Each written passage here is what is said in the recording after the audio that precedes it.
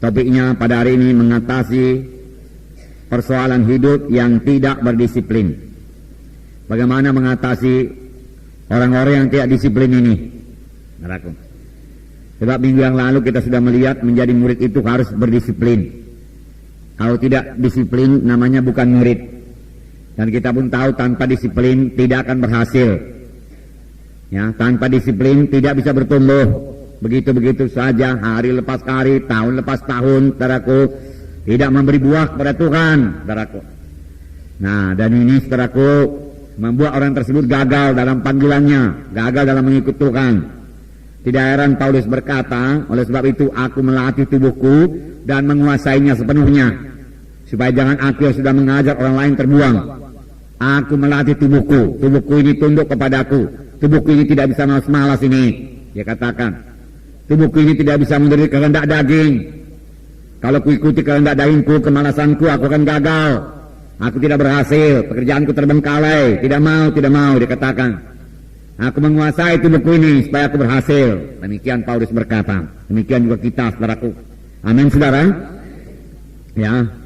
Kalau kita tidak rajin berdoa, saudaraku, saudara, berkat kita akan sangat minim, saudaraku. Boleh jadi hari Minggu saya bawakan kepada saudara mengenai berdoa ini, saudaraku, supaya jangan malas berdoa, saudaraku. Karena kalau kamu malas berdoa, berkat tidak turun kepadamu, tidak ada padamu karena kamu tidak berdoa, firman Tuhan berkata. Ya. Nah, jadi jangan malas berdoa juga, saudaraku. Nah, saudaraku, dan minggu yang lalu, saudara, kita telah melihat, saudaraku, bahwasanya kita perlu mendisiplin diri kita di dalam merenungkan firman Tuhan, membaca dan merenungkan firman Tuhan itu haruslah itu, saudaraku. Ya. Membaca firman Tuhan, kemudian renungkan firman Tuhan, saudaraku. Terus menerus, konsisten dikatakan. Artinya dengan tekun. Tidak satu hari saja, tidak 2 hari saja. Ya, supaya kita boleh bertumbuh dalam Tuhan. Kita harus kaya dengan firman Tuhan. Dan kamu akan mengenal kebenaran, kebenaran Tuhan membebaskan kamu, firman Tuhan berkata. Nah, kemudian kita juga harus tekun, saudaraku, dalam berdoa. Doa yang konsisten dikatakan waktu itu 1 jam per hari, saudaraku, ya. Bersekutu dengan Tuhan, komunikasi yang 2 arah, kita mendengar suara Tuhan, saudaraku, karena Tuhan bicara kepada kita, kemudian kita mematuhinya dalam hidup kita, saudaraku. Kemudian Tuhan mendengar doa kita dan Tuhan menjawab doa kita, saudara. Lalu kita menerima hasil doa kita. Kalau kita mau berdoa, kalau kita sudah mulai berdoa dengan tekun, dengan konsisten, saudaraku, berdoa itu nggak sulit-sulit lagi. Selalu terus ada hubungan kita dengan Tuhan, saudara.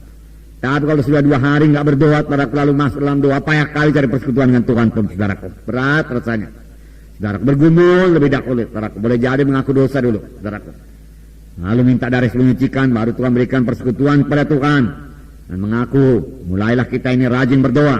Nah, kemudian saudaraku, juga kita mendisiplin diri kita supaya kita ikut kebaktian. Semua kebaktian, kegiatan-kegiatan, ya, ibadah di dalam tubuh Kristus. Kita tidak bisa memisahkan diri kita daripada tubuh Kristus, saudaraku. Menjadi orang Kristen tidak bisa sendiri-sendiri, saudaraku. Kita harus, saudaraku, punya hubungan dengan tubuh Kristus, anggota-anggota tubuh Kristus yang lain, anak-anak Tuhan yang lain. Kemudian kalau kita mendisiplin diri kita, jangan malas untuk melayani, ya, jangan malas mengunjungi, saudaraku, jangan, saudara. Nah, saudara yang kasih dalam nama Yesus, saudaraku, kita semua adalah pemberita Injil. Ya. Kita semua saudaraku, anak-anak Tuhan, ikut menggenapkan perintah agung. Sebagaimana sudah kita lihat, dengar waktu seminar kita beberapa minggu yang lalu, saudaraku, bahwasanya perintah agung itulah bagi semua anak-anak Tuhan. Semua itu hanya bisa dilaksanakan, saudaraku, dengan berhasil kalau hidup kita berdisiplin. Amin, saudara. Kalau hidup kita tidak disiplin, saudaraku, ya, tidak berdisiplin, maka kita tidak akan bisa mengenapkan perintah agung dalam hidup kita. Kalau hidup kita tidak berdisiplin, saudaraku, maka doa kita juga tidak akan teratur, saudaraku. Ya.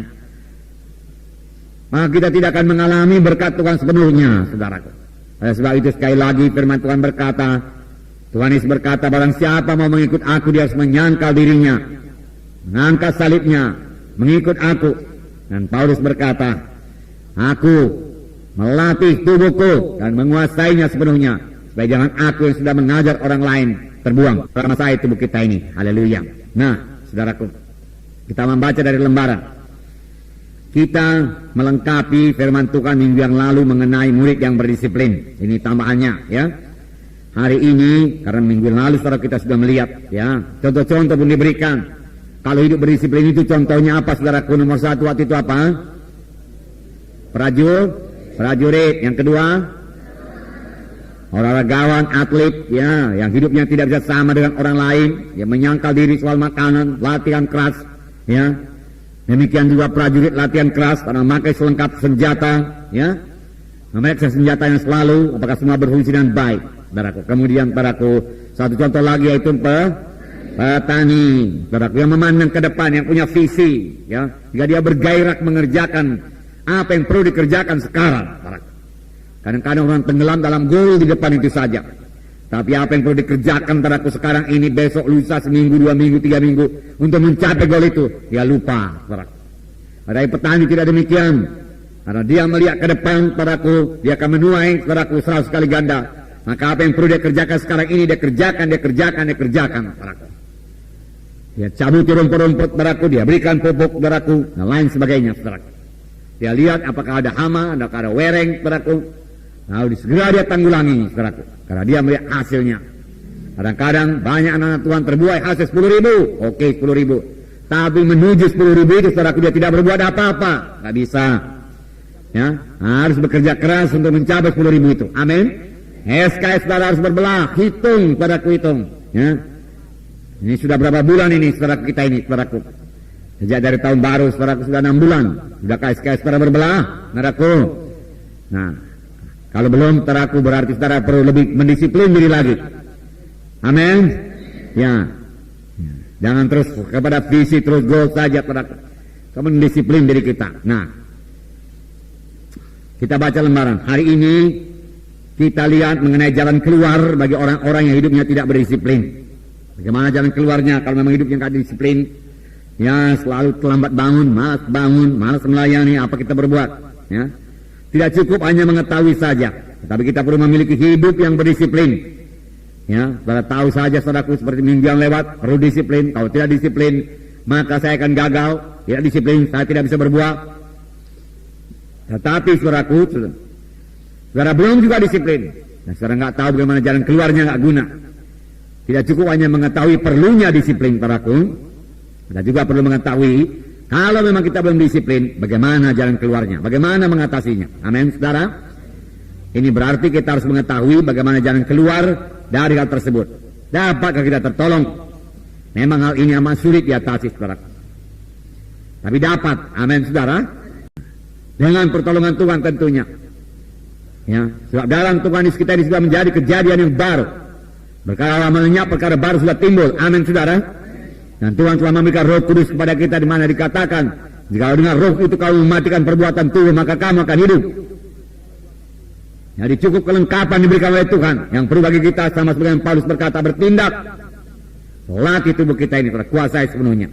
Nah, dalam pembimbingan pribadi, kita sering menjumpai hal-hal seperti ini.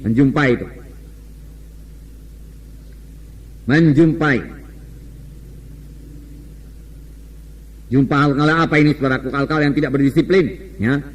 Apa ya, aku nggak bisa bangun pagi-pagi, aku nggak bisa berdoa 1 jam, dia katakan, ya. Aku nggak bisa mengunjungi, dia katakan, nggak ada waktu ku mengunjungi, nggak ada waktu ku baca firman Tuhan. Selalu kita jumpai itu. Mengapa kalau Tuhan memberikan waktu cukup bagi kita 24 jam, 1 hari 1 malam, saudaraku? Ya, betulnya kalau kita atur, saudaraku, waktu-waktu itu dengan baik, ya, maka kita, saudaraku, punya cukup waktu untuk membaca firman Tuhan, merenungkan firman Tuhan dan melayani. Ya, kita bisa berbuah. Karena sebenarnya untuk itulah kita dipanggil Tuhan. Nah, saudara, jadi sering kita jumpai itu, saudaraku, di dalam pembimbingan, saudaraku. Nah, sering jiwa membuat alasan. Ini memang sudah pembawaannya, sehingga mereka merasa tidak bertanggung jawab untuk berubah karakternya. Saudaraku, ya memang ini sudah pembawaan saya, sifat saya ini nggak bisa lagi berubah, dikatakan. Sehingga mereka, kalau kita saudara berpendapat itu pembawaan nggak bisa lagi berubah, ya, maka saudaraku itu akan terus melekat kepada kita. Padahal firman Tuhan tadi berkata, siapa yang ada dalam Kristus, ialah kejadian yang baru. Perkara lama sudah lenyap, yang baru sudah timbul. Bahkan Filipi 4 ayat 13 berkata, segala perkara aku cakap menanggungnya di dalam Kristus Yesus yang menguatkan aku, yang menolong aku. Amin, saudara. Segala perkara, segala persoalan bisa diatasi dalam Yesus Kristus, yang termasuk persoalan penyakit. Amin, saudara. Ya, karena roh Tuhan menghidupkan tubuh-tubuh kita yang fana. Haleluya. Padahal firman Tuhan berkata kita dapat berubah melalui firman-Nya. 2 Timotius 3, 16, 17. Mari kita baca bersama-sama 2 Timotius pasal 3, 16 dan 17. Pasal 3, 16 dan 17. Mari kita lihat. Mari kita baca. Segala tulisan yang diilhamkan Allah memang bermanfaat untuk mengajar, untuk menyatakan kesalahan, untuk memperbaiki kelakuan, dan untuk mendidik orang dalam kebenaran. Dengan demikian tiap-tiap manusia kepunyaan Allah dilengkapi untuk setiap perbuatan yang baik, supaya kita dilengkapi untuk perbuatan yang baik. Nah, maka saudaraku, di sini dikatakan segala tulisan itu diilhamkan Allah, segala firman itu diilhamkan Tuhan, diwahyukan Tuhan. Gunanya untuk menyatakan kesalahan. Jadi kalau firman Tuhan menempelakkan kita, saudaraku, terimalah itu. Memang itu gunanya. Amin, saudara. Ya. Setiap keadaan kita dahulu sudah rusak oleh dosa, telah kehilangan kemuliaan Allah. Lalu firman Tuhan berkata, engkau harus rajin menyangkal diri, terimalah. Karena itu menyatakan kesalahan kita yang hidup dalam kehendak daging kemalasan. Terima. Untuk menyatakan, ya, bermanfaat untuk mengajar, ya, apa yang baik, apa yang menurut kehendak Tuhan, ya, apa yang disukai Tuhan, untuk menyatakan kesalahan, untuk memperbaiki kelakuan. Karena firman Allah itu hidup dan berkuasa, ya, dia berkuasa mengobatkan kita.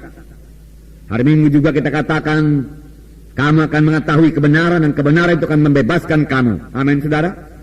Dengan firman Tuhan yang kita ketahui, yang kita percayai, yang kita imani, saudaraku, maka kita bebas, saudaraku, daripada kutuk dosa, kebiasaan-kebiasaan yang jelek, dan untuk mendidik orang dalam kebenaran. Jadi luar biasa berkat daripada firman Tuhan ini.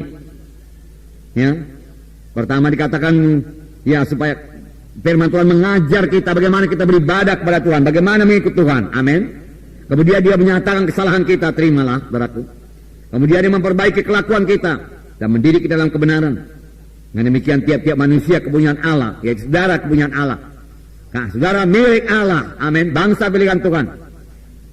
Supaya kita berbuat baik, dikatakan. Dan kita berbuat baik. Sama seperti Barnabas, orang yang baik, penuh iman, Roh Kudus, dan dia berbuat baik. Maka sejumlah orang dibawa kepada Tuhan, jumlah besar orang percaya kepada Tuhan. Amin, saudara. Nah, jadi perlu firman Tuhan itu, saudara, kita ketahui, yang kita renungkan dan kita terapkan di dalam hidup kita. Nah, itu akan mengobatkan hidup kita, saudaraku. Dan kita akan memiliki karakter yang baru, saudara. Dengan nama Tuhan dipermuliakan. Amin, saudara. Ya. Setiap orang harus bertanggung jawab atas dosa-dosa yang diperbuatnya. Mereka tidak dapat berkata mereka adalah korban dari keadaan-keadaan sekitar mereka. Ya. Seperti yang kita katakan tadi, saudaraku, ya. Korban daripada sekitar saya itu orangnya jahat-jahat semua, ya, tidurnya larut malam semua, begadang semua, dikatakan, saudara. Maka saya pun terikut. Tidak ada alasan yang begitu kepada Tuhan, saudaraku. Ya. Setiap orang bertanggung jawab atas dosa-dosanya. Kamulah terang dunia ini, kita harus menjadi terang. Sama sebagaimana atlet, olahragawan, saudaraku, tidak bisa hidup sama seperti orang dunia ini. Demikian kita tidak hidup sama seperti orang dunia ini. Karena asal kita juga bukan daripada dunia ini. Amin, saudara. Ya. Nah, saudara, kemudian ataupun pembawaan mereka yang tidak disiplin, sehingga mereka tergoda untuk berbuat dosa. Nah, saudaraku, yang tidak disiplin hidupnya ini mudah jatuh kepada godaan setan. Saudara.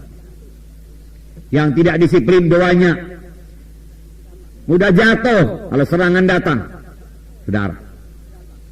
Yang tidak disiplin doanya, yang tidak disiplin dalam merenungkan firman Tuhan, yang tidak disiplin dalam pelayanan, saudara, mudah jatuh kepada dosa. Nah, pembawaan mereka yang tidak disiplin sehingga mereka mudah tergoda untuk berbuat dosa. Mudah tergoda kalau tidak disiplin. Dalam 1 Korintus 10 ayat 13 dikatakan, ya, sudah tahu ini, biar saya bacakan pada saudara. 1 Korintus pasal 10 ayat 13. Sini dikatakan, pencobaan-pencobaan yang kamu alami adalah pencobaan-pencobaan biasa yang tidak melebihi kekuatan manusia. Sebab Allah setia dan karena itu Ia tidak akan membiarkan kamu dicobai melampaui kekuatanmu. Pada waktu kamu dicobai, Ia akan memberikan kepadamu jalan keluar sehingga kamu dapat menanggungnya. Nah, Tuhan bilang, pencobaan-pencobaan yang kamu alami itu hanya pencobaan-pencobaan biasa, tidak melebihi kekuatan manusia. Yang kalau saudara mau, saudaraku, saudara pasti menang, bisa mengatasinya. Tuhan tidak mengizinkan kita dicobai lebih daripada kesanggupan kita. Bahkan pada waktu dicobai, Tuhan memberikan kepada kita jalan keluar. Ya, kita cakap menanggungnya, dapat menanggungnya, bahkan menambahi pengertian kita, iman kita, dan sekaligus membentuk karakter kita. Mari kita baca lembaran. Berarti semua orang dapat keluar dari keadaan yang tidak berdisiplin itu. Bisa bebas. Bisa, saudara. Amin, saudara. Haleluya. Katakan, saya bisa bebas. Saya bisa menang. Saya bisa mengatasi kemalasan saya. Sehingga saya rajin di dalam Tuhan. Sehingga saya bisa mematuhi Tuhan. Haleluya Tuhan. Amin. Haleluya. Problema tidak berdisiplin diri disebabkan oleh dua perkara. Pertama, dia tidak menyadari perlunya hidup yang berdisiplin. Ya, ikut Tuhan selamat. Haleluya, saudara Tuhan. Selamat aja pun jadilah. Kita ke sorga. Ya. Dia tidak menyadari perlunya hidup berdisiplin. Dia tidak tahu bahwasanya untuk berbuah perlu berdisiplin, saudaraku. Untuk sampai kepada panggilan Tuhan perlu hidup yang berdisiplin, menyangkal diri, melatih tubuh. Perlu hidup sebagaimana atlet, olahragawan, saudaraku. Perlu hidup sebagaimana prajurit, perlu hidup sebagaimana petani. Untuk sampai kepada panggilan Tuhan, tapi dia tidak mengerti. Ya, dia tidak menyadari perlunya hidup yang berdisiplin, makanya dia tidak disiplin. Entah itulah sebabnya saudara, firman Tuhan tadi berkata kita harus belajar firman Tuhan yang menyatakan kesalahan kita, yang menegur kita, dan kalau kita rendah hati kita bisa bertobat. Amin, saudara. Ya. Jadi yang pertama, dia tidak menyadari perlunya hidup yang berdisiplin. Apa dia katakan? Dia tidak tahu bahwasanya hidup yang berdisiplin itu harus, kalau dia mau berhasil, satu keharusan kalau mau dipakai Tuhan. Amin, saudaraku. Ya, satu keharusan. Ya. Yang kedua, hidup tidak teratur. Ya, hidupnya tidak teratur. Ya, dari kecil sudah demikian. Ya, kadang bangun jam 5 pagi, kadang bangun jam 11 siang. Ya, memang hidupnya sudah begitu, nggak teratur. Saudara, kadang sekolah, kadang nggak sekolah, neraka absen, biasa saja sama dia, saudara. Tapi inilah hidup yang menuju kepada kegagalan, bahkan sudah gagal pun sebelumnya. Sebetulnya, sudah gagal pun sebetulnya, saudara. Nah, saudara, jadi hidup yang tidak teratur. Saudara, saya yakin saudaraku, hidup Tuhan is teratur. Amin. Hidup anak-anak Tuhan adalah hidup yang teratur. Atur cara hidup saudara. Amin. Atur. Jam berapa saudara berdoa, jam berapa bangun, jam berapa makan, saudaraku, jam berapa melayani, jam berapa belajar, saudaraku. Ya. Atur, teratur. Ya. Hidup saudara akan bertambah sehat, saudaraku, bertambah sukacita, saudaraku. Saudara akan melihat hasil demi hasil, saudaraku. Kalau hidup saudara beratur, teratur. Dan saudara boleh memberikan orang lain memiliki hidup yang sama. Saudaraku, demikianlah hidup seorang murid, disciple, harus punya disiplin. Nah, Tapi perhatikan kalimat berikutnya saya bacakan pada saudara. Tapi keduanya ini disebabkan oleh kemalasan. Kemalasan ini adalah dosa. Dan ini tidak surut firman Tuhan. Firman Tuhan di bawah ini menerangkannya. Jadi malas itu bukan sekedar tabiat, kebiasaan, tapi dosa. Amin. Katakan, malas itu dosa. Malas itu dosa. Ya, betul itu. Ada nyanyi itu. Nyanyian anak-anak ya? Hah? Nyanyian sekolah minggu. Nah, oke, saudara nggak sekolah minggu nggak usah lah nyanyikan ya. Lihat, tapi ketahui aja lah. Tapi keduanya ini disebabkan oleh kemalasan. Tidak surut firman Tuhan. Firman Tuhan di bawah ini menerangkannya. Menerangkan kemalasan itu sama dengan dosa. Pertama, persoalan terlalu banyak tidur. Ya. Terlalu banyak. Amsal 26 ayat 14. Sudah? Ayat 14. Seperti pintu berputar pada engselnya, demikianlah si pemalas di tempat tidurnya. Ya. Ayat 15 tambah lagi. Si pemalas mencelupkan tangannya ke dalam pinggang, tetapi ia terlalu lelah untuk mengembalikannya ke mulutnya. Saudara, matilah kelaparan. Ya. Nanti kita baca ayat 16, tapi bisa kita baca sekarang ya, nanti kita baca lagi. Ayat 16. Si pemalas menganggap dirinya lebih bijak daripada 7 orang yang menjawab dengan bijaksana. Nah, 19.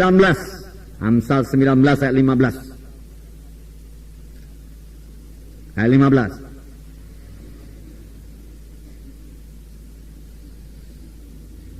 Mari kita baca. Kemalasan mendatangkan tidur nyenyak, dan orang yang lamban akan menderita lapar. Orang yang lamban menderita lapar. Atlet yang lamban pasti kalah. Neraka. Lamban. Beberapa kali saya melihat, saudaraku, orang bekerja dengan rajin, saudaraku ya, rajin. Tangkas sekali. Melihat dia bekerja pun enak, saudaraku. Saudara, dulu kami tinggal Jalan Serdang, lalu di muka tempat kami itu, saudaraku, ada orang membuat sepeda. Orang Chinese. Dia membuat sepeda itu, saudaraku, dari pipa-pipa saja.